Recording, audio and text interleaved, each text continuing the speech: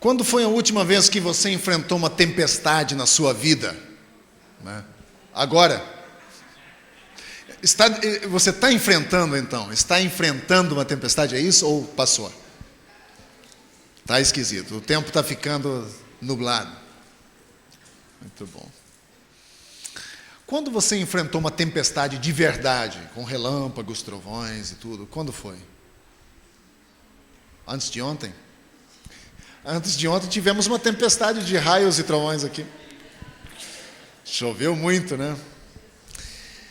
Quando chega tempestades, não na nossa vida como problemas, mas quando vem tempestades assim, o que você costuma fazer quando vem tempestades de trovões, relâmpagos, chuva bem pesada? Você se esconde que nem um cachorro que tampa o ouvido assim. Cachorros fazem isso, né? Eles se tampam.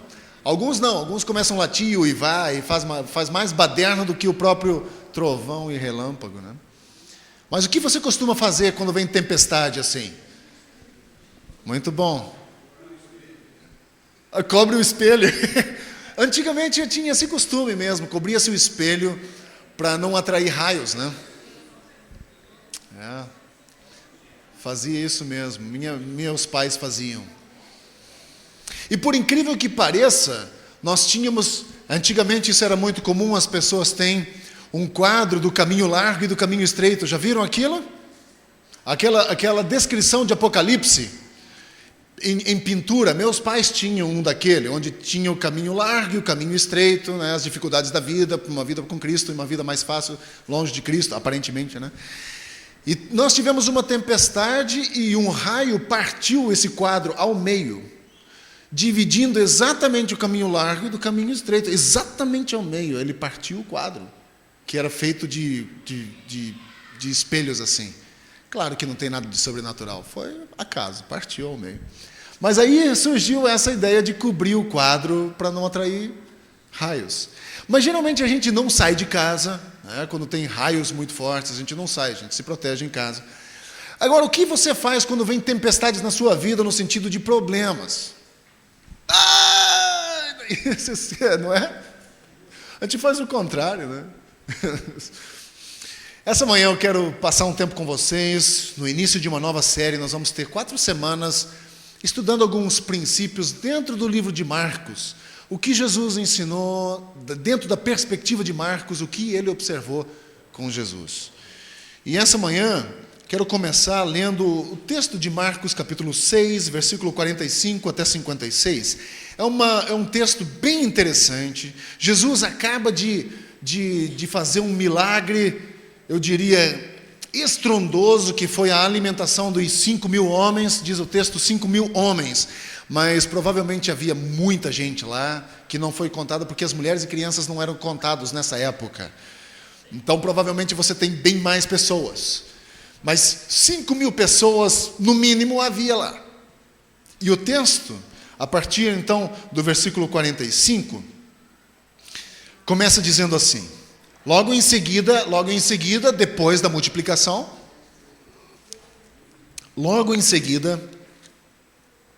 Jesus insistiu com os discípulos, para que entrassem no barco e fossem adiante dele para Betsaida, enquanto ele despedia a multidão.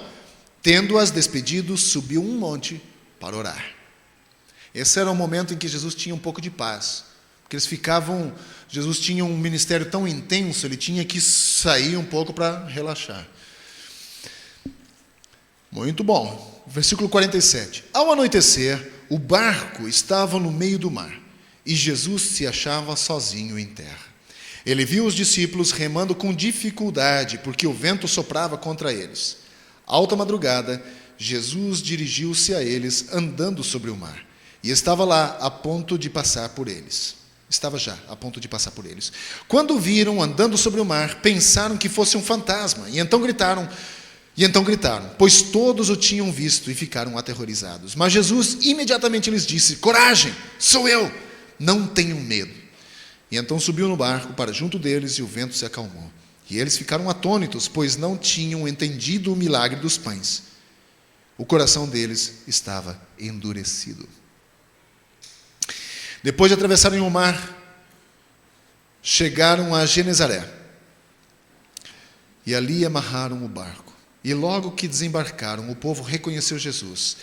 Eles percorriam toda aquela região e levavam os doentes em macas para onde ouviam que ele estava. E aonde quer que ele fosse, povoados, cidades ou campos, levavam os doentes para as praças, suplicavam-lhe que pudesse pelo menos tocar na borda de seu manto. E todos os que nele tocavam eram curados.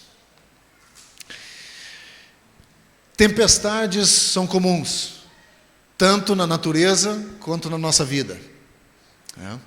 Intensidades diferentes. Tem algumas tempestades que são mais fracas, que você tem uma dificuldade, mas você logo se refaz e segue em frente. Eu vou pedir um favor para alguém me ajudar aqui. Ó. Tem água lá na cozinha, acho que acabou a água aqui. Se alguém pudesse pegar, debaixo da pia tem um garrafão de água, por favor, coloca lá para nós. Tempestades, como eu disse, são comuns, acontecem todos os momentos. Você, quando veio para cá, você passou por casas até chegar aqui. Provavelmente, dentro dessas casas, tem pessoas enfrentando problemas. Você não sabe, mas tem. Talvez você esteja enfrentando problemas na sua casa, na sua família, na sua vida. Pessoas passam na frente dela, não sabem, mas você está. Tem algumas pessoas que enfrentam dificuldades terríveis, fortes, como doença, talvez uma doença terminal, eu não sei.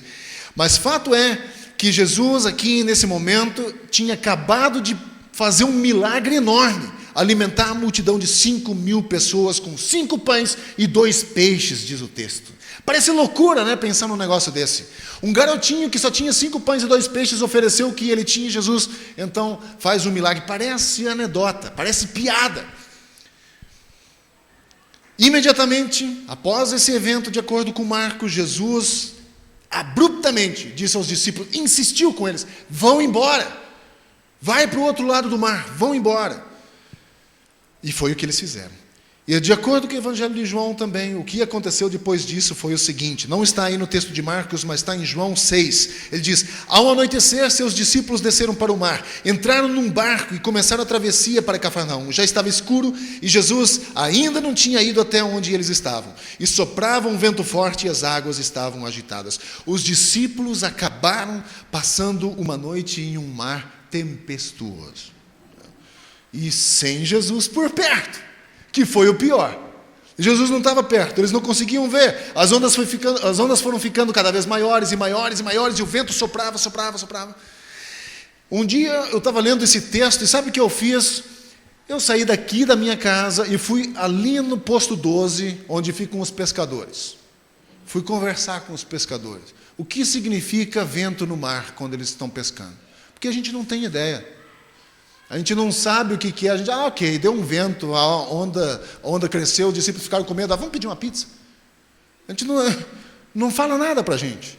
Então eu quis saber com eles, porque os discípulos de Cristo eram pescadores. Então fui perguntar para pescadores o que é vento forte no mar. Eles disseram assim, bem, primeiro a gente pensa ou ouve, né? A previsão do tempo, se o mar vai estar alto, grande, ou vai ter vento. Se tiver, a gente nem bota o barco na água.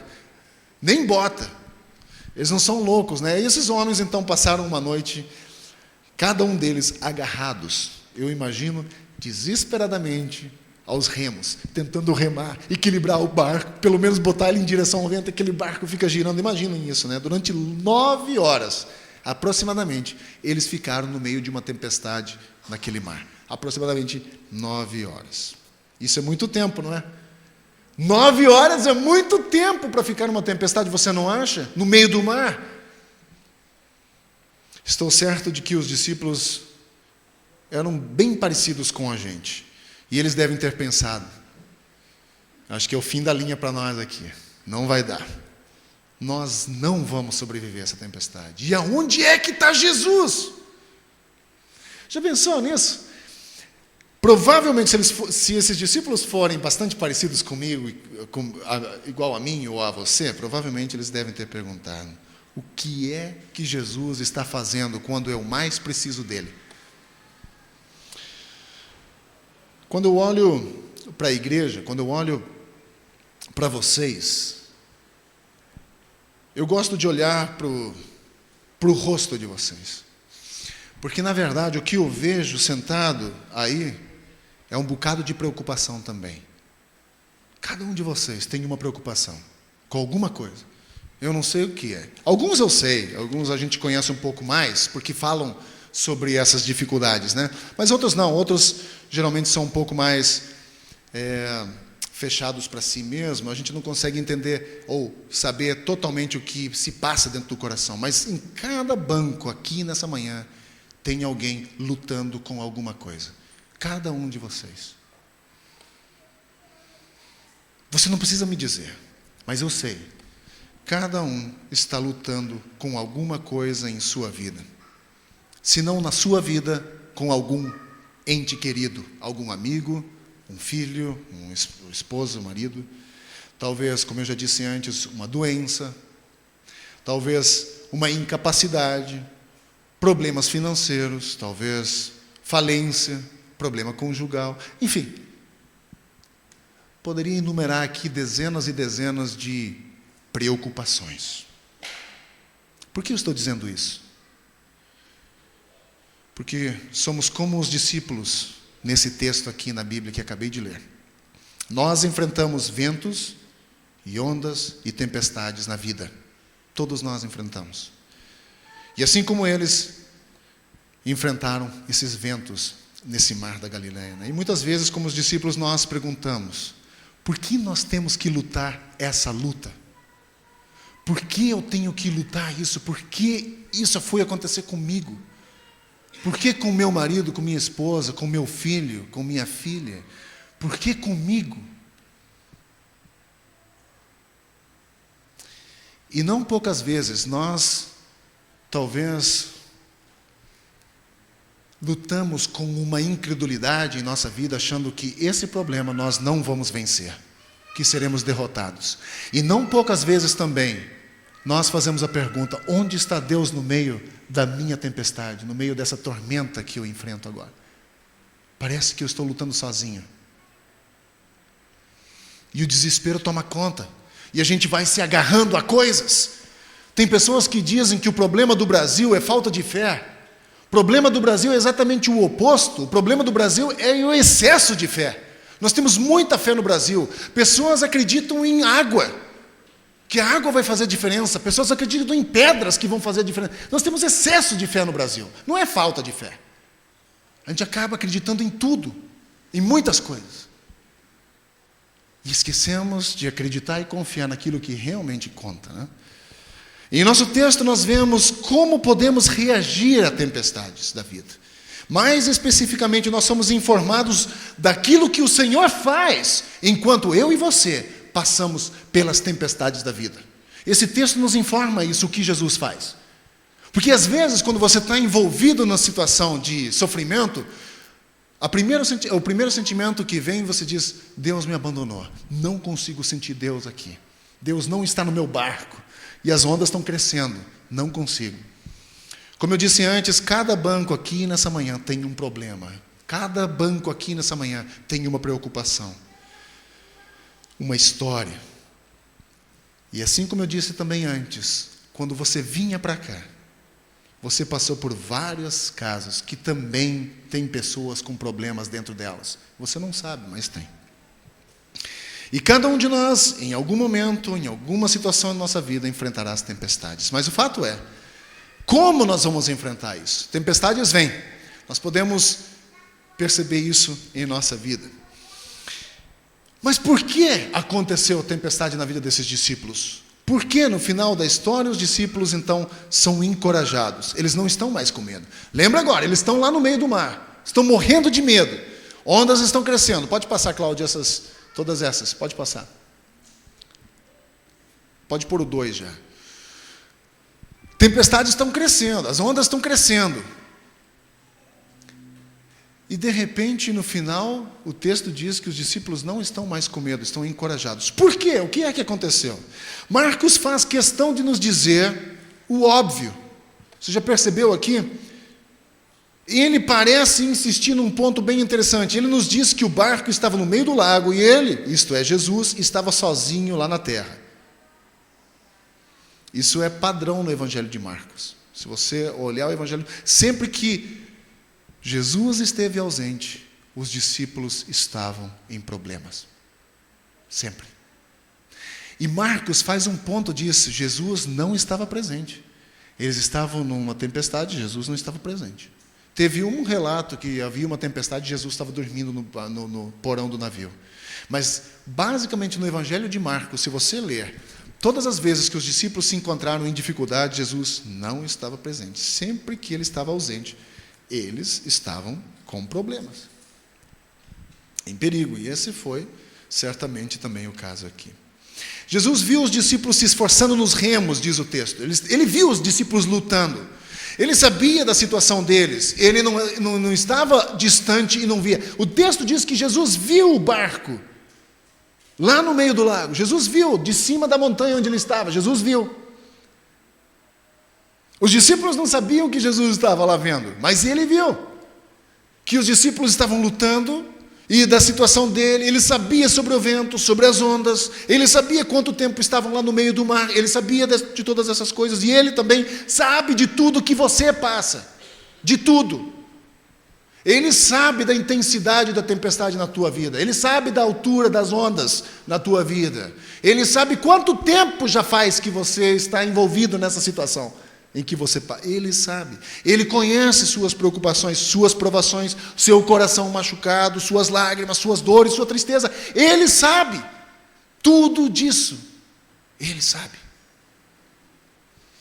E então, diz o texto, ele saiu ao encontro deles, andando sobre esse problema. Ele foi de encontro aos discípulos, sobre os problemas. E diz o texto que ele já estava a ponto de passar por eles. Estava a ponto de passar por eles. Você lembra que essa passagem faz muito sentido no Antigo Testamento? Lembra quando Moisés, talvez vocês não estejam familiarizados com o texto, mas Moisés diz assim: Deus, me mostra quem você é. Me mostra a sua glória. E Deus diz: você não pode ver, mas eu vou fazer o seguinte, eu vou tampar o seu rosto e vou passar. Então Deus passa por ele, transforma a vida de Moisés. Aconteceu com Elias a mesma coisa. Então sempre quando Deus passa, ninguém fica igual.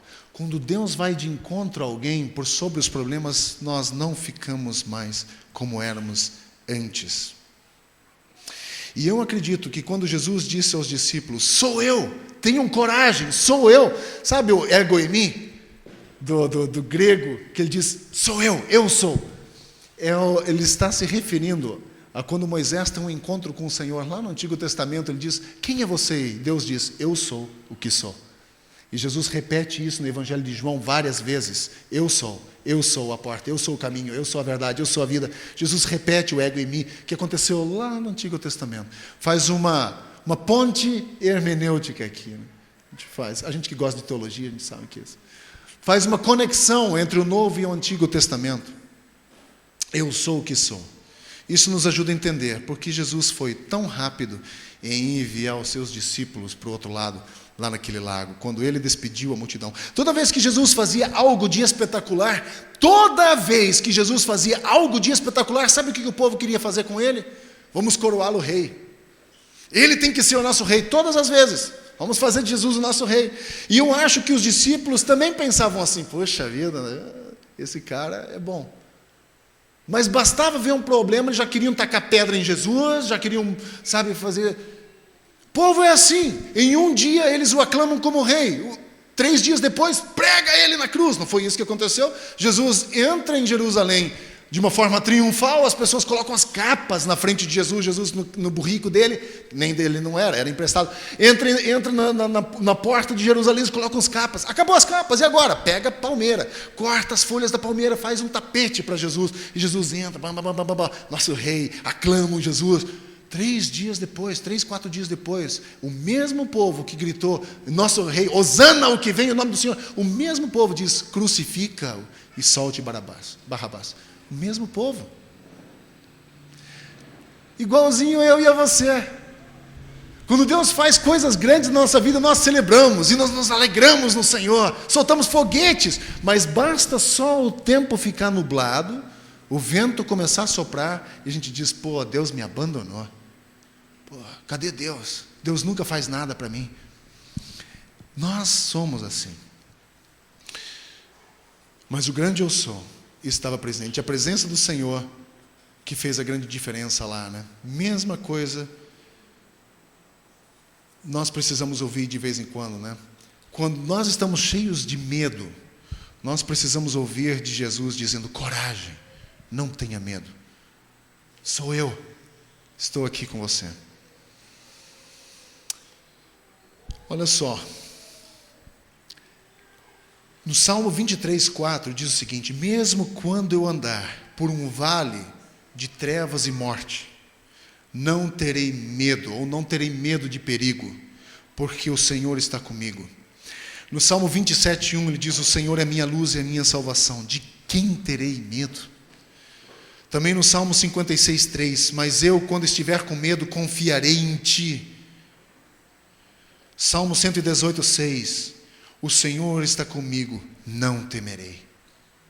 Nós temos várias indicações do texto de que a presença do Senhor em nossa vida faz a diferença. A presença do Senhor. Você percebe o que a presença do Senhor significa? A presença do Senhor tira de você o medo, te dá confiança, te dá coragem. E é o que Jesus pede, coragem, sou eu, não tenha medo. E o Davi, escrevendo os Salmos, ele entendeu muito bem isso.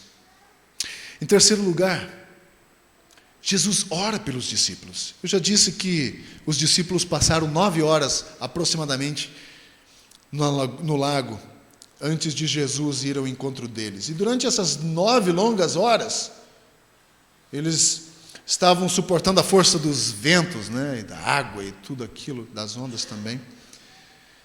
E o que Jesus estava fazendo nessas 9 horas?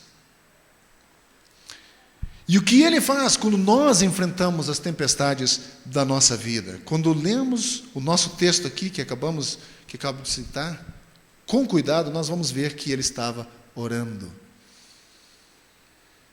Jesus estava orando. Jesus não estava com os discípulos sobre o mar porque Ele tinha ido para as montanhas a fim de orar. Jesus intercede. Sempre que Jesus enfrentou uma crise no ministério dele, Jesus orava, não é? A gente via isso o tempo todo. Hebreus mostra que Jesus vive, tem um sacerdócio permanente, portanto Ele é capaz de salvar definitivamente aquele que por meio dele se aproximam de Deus, pois vive sempre a interceder por eles. Jesus está intercedendo por nós o tempo todo.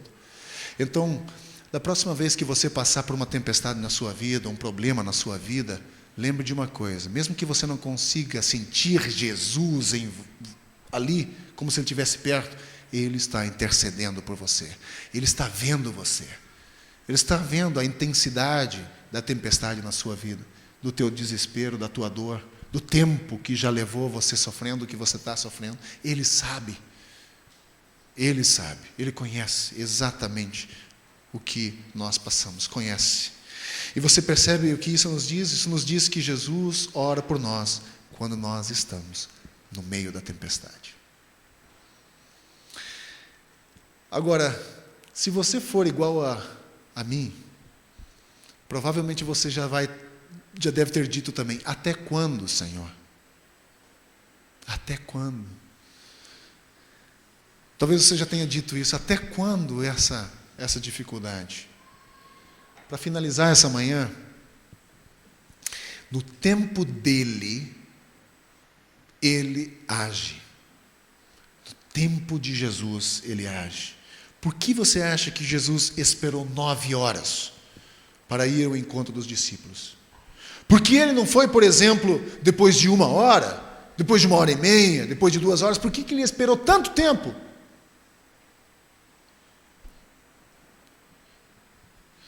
A Bíblia não diz. Eu gostaria de te dar essa resposta.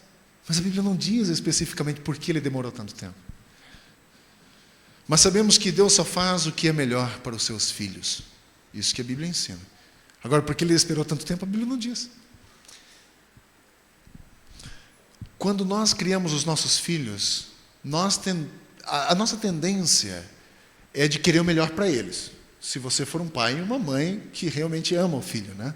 A nossa tendência é querer o melhor para eles. E o melhor para eles, às vezes, é dizer não. Por mais que ele fique bravo, né?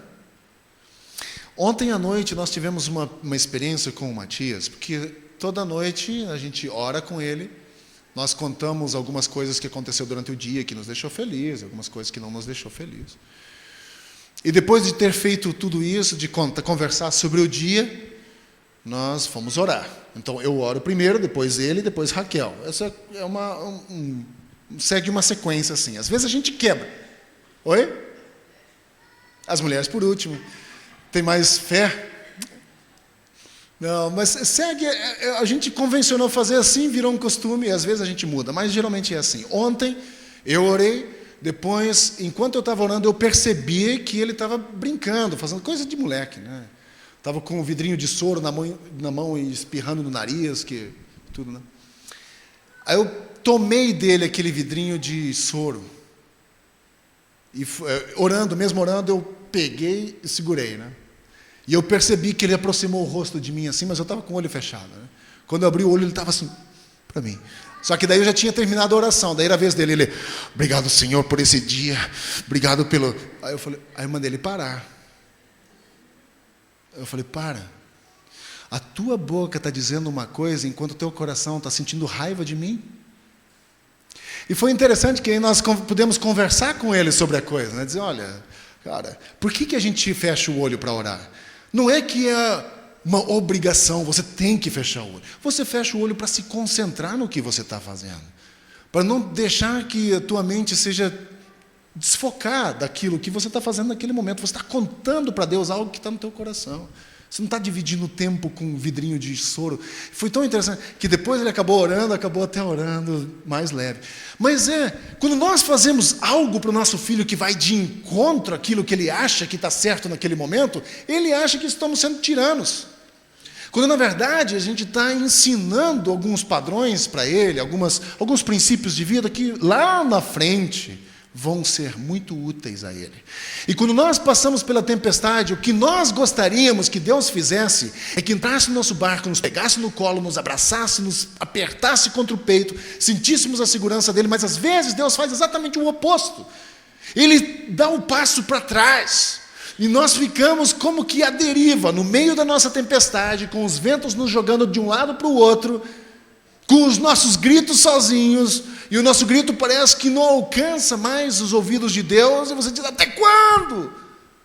E a gente não entende aquilo, você diz, puxa vida, mas está difícil, e Deus parece um tirano masoquista que tem prazer com o meu sofrimento, enquanto eu estou me dando mal aqui embaixo, Deus está lá em cima aplaudindo, como vocês devem ter visto naquele filme, Advogado do Diabo. Vocês assistiram esse filme, Advogado do Diabo? No finalzinho ele diz assim, Deus está lá em cima, rindo de você enquanto você está aí sofrendo.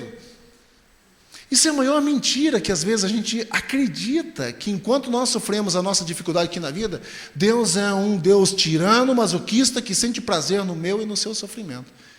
Não é assim. Não é o que a Bíblia mostra. A Bíblia mostra um Deus que se importa com a gente a tal ponto de se afastar um pouco para que nós aprendamos uma lição que nos será útil lá na frente.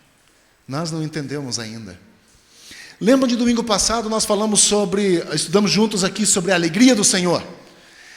Deus é alegre porque Ele conhece o escopo da história. Ele sabe como começa, o meio e o fim. Nós não. Por isso nós perdemos a alegria. Porque o nosso foco se perde facilmente. A gente fica preso à circunstância da vida e nós não olhamos lá na frente. Aí a gente fica desesperado. E nesse momento de dificuldade, de tempestade na vida, a nossa maturidade cristã conta pouco. Conta pouquíssimo. Ela é importante? Claro que é, mas conta pouco. Porque quando o desespero vem, quando a água bate aqui, meu irmão, você esquece toda a tua maturidade, você começa a berrar, pular, xingar. Você é um ser humano.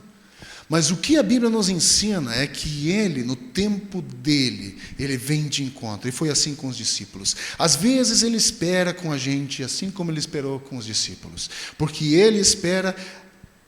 Por que Ele espera? Até que o dinheiro da gente se acaba. Até que a esperança última na cura vai embora. Por que Ele faz isso? Nós não sabemos. A Bíblia não nos diz, mas sabemos que Deus é um Deus de timing perfeito. No momento certo, Ele interage. Ele espera até a hora certa, para que possamos aprender e crescer com aquilo. As nossas tempestades, elas sobrevêm para nos ensinar coisas a nosso respeito e a respeito de Deus. Também vemos isso com os israelitas no deserto. Historiadores dizem que a rota de saída do Egito até a terra prometida, a Palestina, levaria apenas 11 dias a pé. Saindo do Egito até a Palestina, 11 dias a pé. Sabe quantos anos eles andaram no deserto? 40 anos. 40. Num trajeto que facilmente seria percorrido em 11 dias. Por que Ele fez isso? Uma resposta parcial é dada em Deuteronômio 8, de 2 a 5, que diz assim: lembrem-se de como o Senhor, o seu Deus, os conduziu por todo o caminho do deserto durante estes 40 anos, para colocá-los à prova, a fim de conhecer suas intenções, se iriam obedecer aos seus mandamentos ou não. Assim Ele os humilhou e os deixou passar fome, mas depois os sustentou com maná, que nem vocês, nem os seus antepassados conheciam, para mostrar-lhes que nem só de pão viverá o homem, mas de toda palavra que procede da boca do Senhor. As roupas de vocês não se gastaram, e os seus pés não incharam durante esses 40 anos. Saibam, pois, em seu coração, que assim como um homem disciplina o seu filho, da mesma forma o Senhor, o seu Deus, os disciplina. Agora, pergunta para nós aqui. O texto diz que Deus colocou eles à prova para descobrir se eles iam ser fiéis. Então Deus não sabe. É isso, Deus não sabe. Deus não conhece o nosso futuro, não é? Sabe por que Deus faz isso? Para mostrar para nós mesmos que nós não obedecemos. Deus faz isso, Deus colocou a prova e depois Ele chama de volta. Depois Ele diz, lembra daquele dia? Quando eu disse, eu vou sustentar vocês. Vocês desobedeceram, fizeram para vocês um ídolo, disseram, esse é o ídolo que nos tirou do Egito. Ok. Lembra daquele dia que eu disse assim, eu vou sustentar vocês com comida, vocês começaram lá a reclamar de novo. Dei o maná, dei as codornizes, dei a água, Deus sabe e conhece muito bem a gente. Ele não precisa fazer um teste para descobrir quem nós somos. Mas nós sim. E os testes, as tempestades da nossa vida, nos ensinam para nós mesmos quem nós somos. Ted Haggard, um dos pastores nos Estados Unidos, quando ele foi pego em alguns problemas morais, ele disse assim, havia dentro de mim algo negro, escuro, que eu tinha medo de mim mesmo. Algo aqui dentro. Todos nós temos algo dentro de nós que nos assusta. E quando nós somos levados ao limite, ele às vezes sai à tona. Deus espera até o momento certo, porque Deus também nos disciplina. Ele nos está melhorando. E é através das tempestades que nós somos melhorados em nosso caráter, na nossa fé, como pessoas. E Ele está nos tornando cada vez mais em sua imagem e semelhança. Esse é o objetivo do Senhor. Nós temos uma plaquinha aqui, cada um de nós, não dá para ver, mas tem uma plaquinha aqui que está dizendo assim, em construção. Nós estamos em constante reforma. Todos os dias. Deus trabalha uma área da nossa vida. Em algumas áreas dá mais pó, né? Mais barulho, incomoda um pouco mais. Outras áreas é mais tranquilo, é só uma jardinagem aqui, um paisagismo ali, mas tem horas que tem que quebrar uma parede, um chão. Estou falando de forma metafórica, tá, gente? Nosso coração, às vezes, duro, né? Precisa ser quebrado. E, às vezes, as nossas tempestades servem assim. Quantas tempestades na vida, né, gente? Quantas tempestades. Mas nós temos esse conforto. Da mesma forma, quando Jesus chegou para esses homens e disse, não tenham medo, sou eu, coragem. Ele nos diz também, a cada um de nós, não tenham medo, coragem, estou com você. Ele sempre vem a nós no momento certo, Ele sempre está vendo onde nós estamos. É a promessa da Bíblia. Eu quero encorajar você essa manhã com essa palavra. Sabe, se você está enfrentando uma dificuldade que talvez você não veja como sair dela, talvez você olhe e diz, puxa, isso aqui acho que vai ser o fim da linha para mim. Eu encorajaria você a não pensar dessa forma. Pense que talvez as suas 9 horas de tempestade estejam quase chegando ao fim e seja o momento de Deus entrar nessa história e transformar a situação da vida ou dessa tempestade que você está vivendo. A diferença é todas as pessoas que amam a Deus, as que não amam a Deus, que não querem saber nada de Deus, todas elas estão num barco que passa por tempestade. A diferença é quem está no barco contigo. Essa é a grande diferença. Então eu quero encorajar você assim, não pense de forma que para você não tem jeito. Tem sim. Sempre tem jeito. Essa manhã é um dia de bastante celebração e de alegria. E eu gostaria de celebrar, além dessa promessa do Senhor de que estaria com a gente, não nos abandonaria, e no timing certo Ele se envolve com a nossa dor, a ponto de ir até a nós. Não que enquanto Ele não vá até nós, Ele não se importa, mas fato é que nós precisamos aprender com elas, não deveria ser assim, mas a gente passa por elas. Além dessa celebração da presença e do encorajamento do Senhor, nós temos hoje, essa manhã, a alegria de comemorar o primeiro ano da Valentina. Né? A Valentina fez dia 30 de junho, né? 1 ano. Então, hoje nós vamos celebrar hoje. O primeiro ano da Valentina. E a primeira década da Débora Mel. Então, 1 ano de Valentina, 1 década de Débora. Eu já tive 10 anos, gente. É a idade fenomenal, né?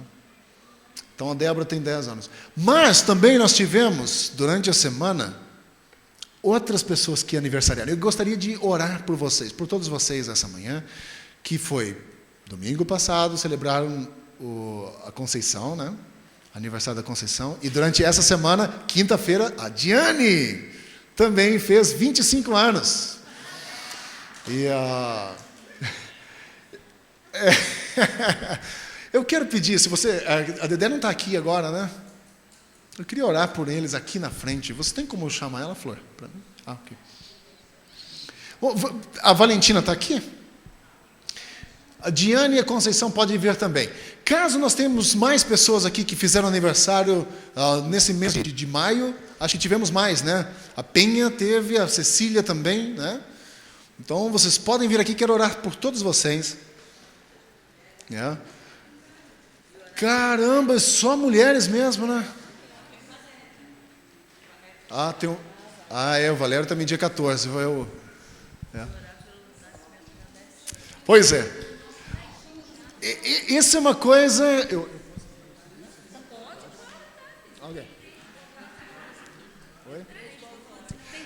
Então, tem três vovós novas aqui e um vovô fresco, né?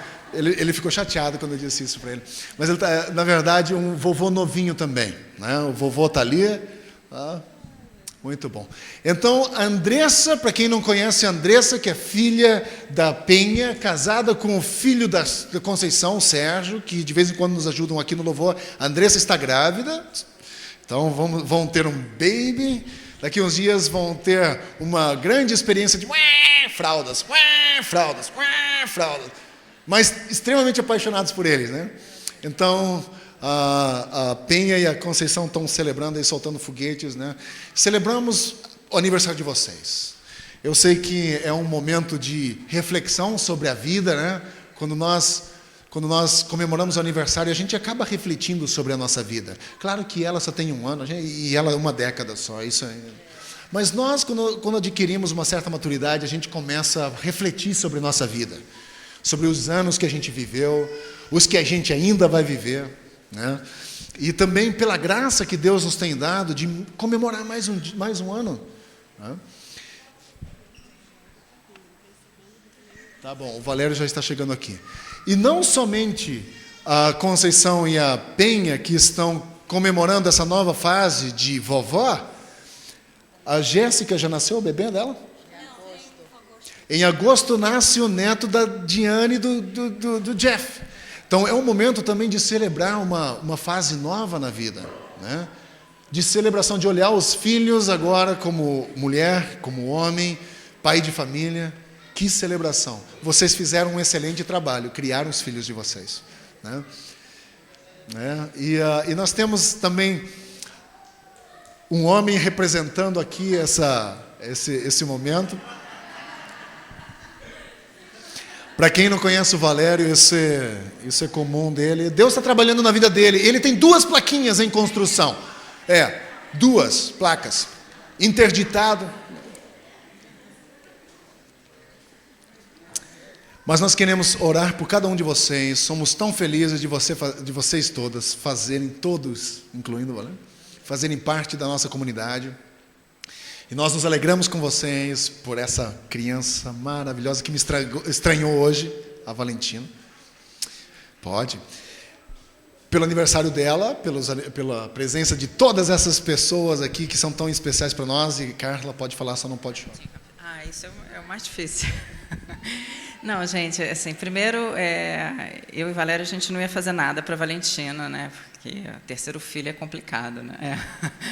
Mas, assim, eu falei para ele, eu tive essa ideia da gente comemorar aqui, porque, afinal de contas, vocês fizeram parte, né, dessa jornada de 1 ano. A gente passou por algumas dificuldades e vocês estiveram com a gente em oração, né, demonstraram a amizade, aquilo que o Filho falou, vocês são parte da nossa família e o amor de vocês a gente sentiu durante todo esse ano, né, e eu sou muito grata, eu, Valéria, minha família, por vocês, pela vida de vocês na nossa vida. Muito obrigada mesmo, sabe? É isso.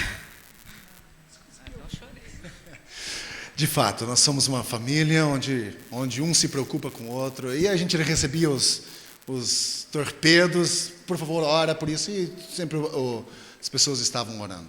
Vamos celebrar o Senhor. Você que tem liberdade, estenda a tua mão, abençoa a vida dessas pessoas, essa bebê que está iniciando a jornada dela nesse mundo tão cruel, tão frio, né? Que Deus aqueça ela. Nós oramos também por essas pessoas aqui na frente. Deus, em nome de Jesus, celebramos o Teu nome nessa manhã, pelo aniversário que cada pessoa aqui comemorou nesse mês que passou. Muito obrigado, Senhor, pela vida deles. Sei que eles passam por provações, por tempestades na vida deles, mas eu sei também que no momento certo o Senhor intervém, e nós temos visto isso na vida de cada uma dessas pessoas.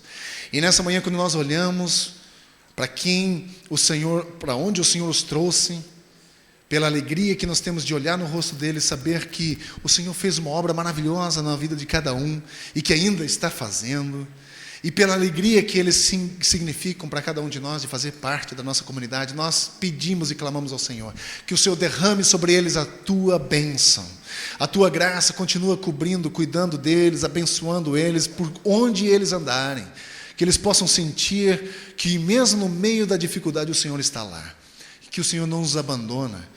E para Valentina e para Dedé, que são tão novinhos ainda, nós pedimos que o Senhor dê uma porção dobrada da Tua graça, que os abençoe, que cuide do corpo, da alma, da mente delas, que elas possam crescer, ser mulheres de caráter, que faça diferença nesse Brasil, que possa dizer ou andar para uma direção quando todos vão para uma outra, chamando de volta para uma vida de propósito realmente, uma vida de princípios. Deus, proteja elas, proteja a família também de cada pessoa aqui. E eu clamo em nome de Jesus nessa manhã, que a Tua bênção repouse sobre o lar e a vida de cada uma dessas pessoas. Obrigado por esse novo ano que inicia para cada uma delas. E eu peço que esse ano seja marcado de grandes demonstrações da Tua graça na vida deles, de conhecimento do Senhor também, e de autoconhecimento também, que eles possam se conhecer mais nesse ano, e que eles possam celebrar por mais esse ano que o Senhor nos concedeu. Muito obrigado, Pai. Em nome de Jesus, louvamos ao Senhor por isso. Amém. Deus abençoe vocês. Logo mais, daqui a pouco a gente vai para lá, vamos cantar o parabéns, né? Vamos encerrar essa manhã. Obrigado pela visita de vocês. É bom ter vocês aqui. Bom celebrar junto com vocês. Bom passar tempo, ter comunhão com vocês. Eu peço que você vá em paz. Deus abençoe vocês. Tenham um ótimo domingo. Vamos passar lá para fora. Vamos cantar parabéns para essas crianças crescidas e não tão crescidas. Deus abençoe.